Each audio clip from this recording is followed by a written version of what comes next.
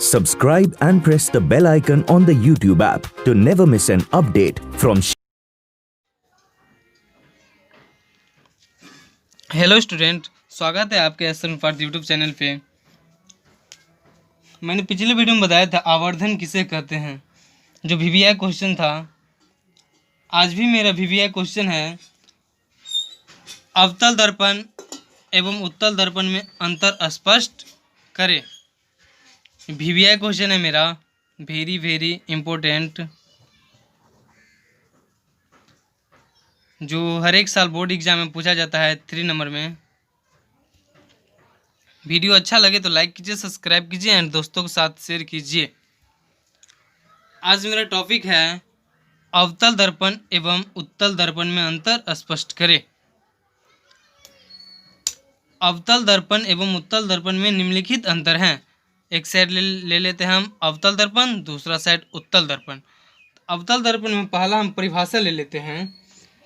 जिस दर्पण का परावर्तक सतह धंसा होता है उसे अवतल दर्पण कहते हैं। मैंने पिछले वीडियो में बताया था अवतल दर्पण की परिभाषा।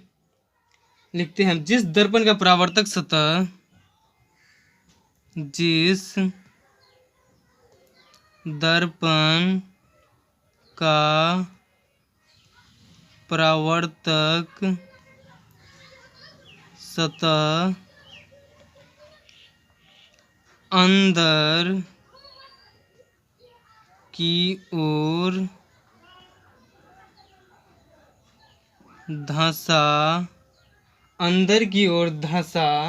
होता है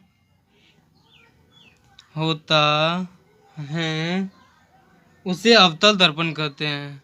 उसे अवतल दर्पण कहते हैं। उसे क्या कहते हैं हम? अवतल दर्पण।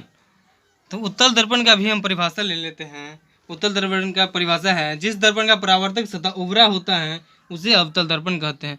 तो लिखते हैं अब हम, जिस दर्पण का परावर्तक सतह उभरा होता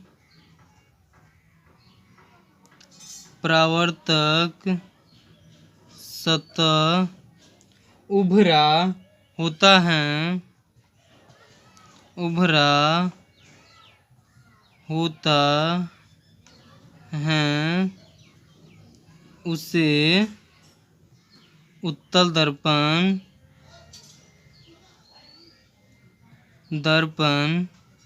कहते हैं। उसे क्या कहते हैं हम? उत्तल दर्पण। दूसरा पॉइंट अब हम लेते हैं अवतल दर्पण में, कि अवतल दर्पण की फोकस दूरी ऋणात्मक होती है। अवतल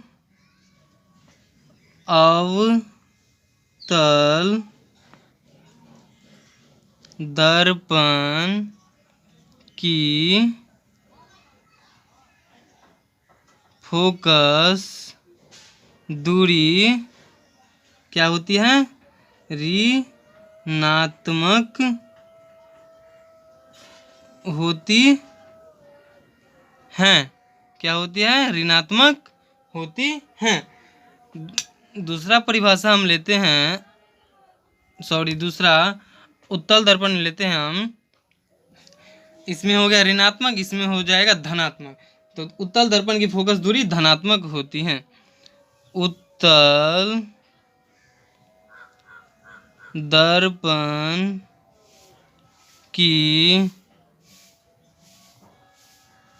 फोकस दूरी धनात्मक होता है। क्या होता है? धनात्मक होता है। अब हम तीसरा पॉइंट लेते हैं अवतल दर्पण में। अवतल दर्पण में वास्तविक एंड काल्पनिक दोनों प्रकार के प्रतिबिंब बनता है।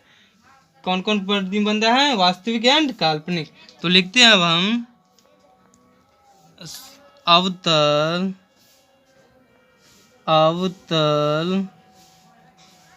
दर्पण में वास्तविक एंड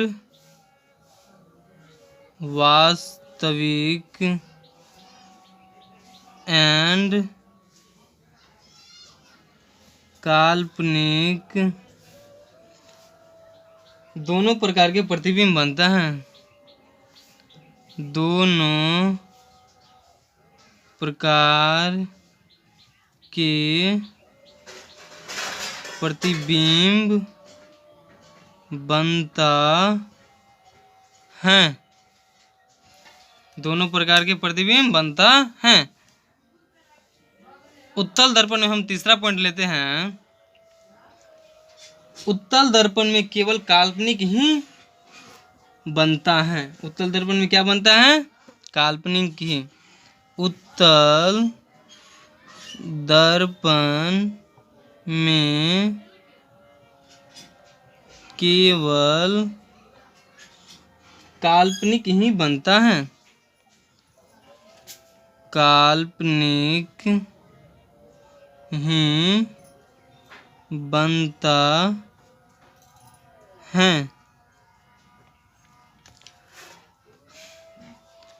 चौथा पॉइंट लेते हैं अब हम अवतल दर्पण में।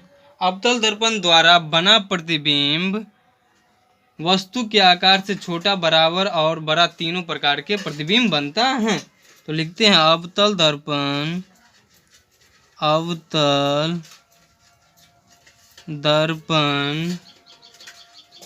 द्वारा बना प्रतिबिंब वस्तु के आकार से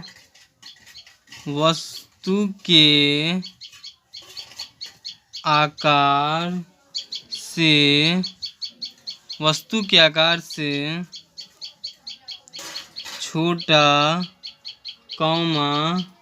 बराबर और बड़ा तीनों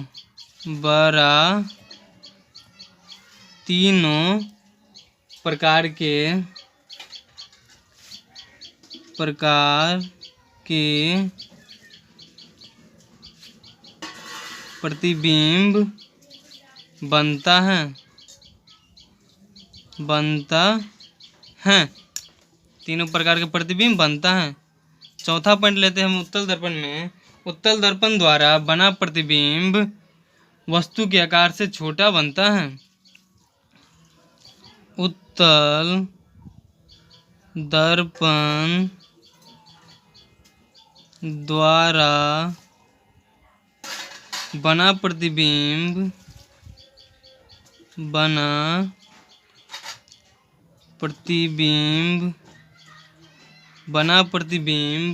वस्तु के आकार से छोटा